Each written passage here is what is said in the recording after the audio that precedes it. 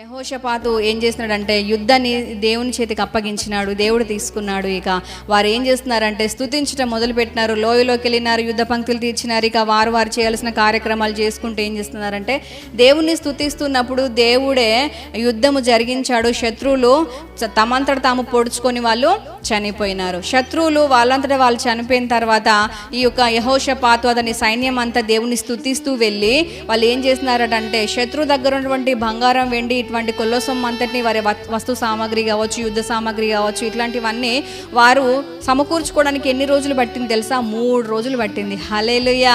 శత్రు దగ్గర ఉన్న మన యొక్క సంపద అంతా తిరిగి యేసు నామపేట 7 వంతులుగా తిరిగి మనది మనకు వచ్చునుగాక. ఆమెన్. మనదంటూ ఏ ఆశీర్వాదం శత్రు దొంగిలించుకొని వెళ్ళాడో 7 వంతులుగా తిరిగి వాడు తెచ్చి ఇచ్చునుగాక. ఆమెన్. మన శ్రమలో యెహోషాపాతు వలె మనము దేవుణ్ణి మొదటి స్థానంలో పెట్టి ఆయన స్తుతించి మన సమస్య ఆయన చేతికి అప్పగించి మన విజయాలు చూచే వారంగా ఉందుముగాక. ఆమెన్.